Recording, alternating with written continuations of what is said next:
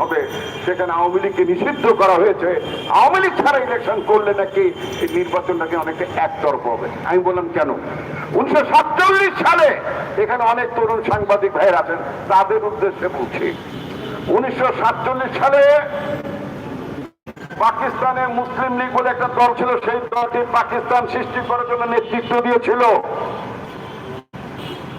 তাদের ভুল রাজনীতি করার কারণে 54 সালে সেই রাজনৈতিক দলটি যে এমন পরাজিত হওয়া শুরু হলো, ধীরে ধীরে সেই দলটি বিলুপ্ত হয়ে গেল। রাজনীতি যদি ভুল হয়, জনগণের বিরুদ্ধে যদি কোন রাজনৈতিক দল অবস্থান নেয়, সেটা অটোমেটিক্যালি বিলুপ্ত হয়ে যায়, ইংরেজিতে যাকে বলে এক্সটিংশন।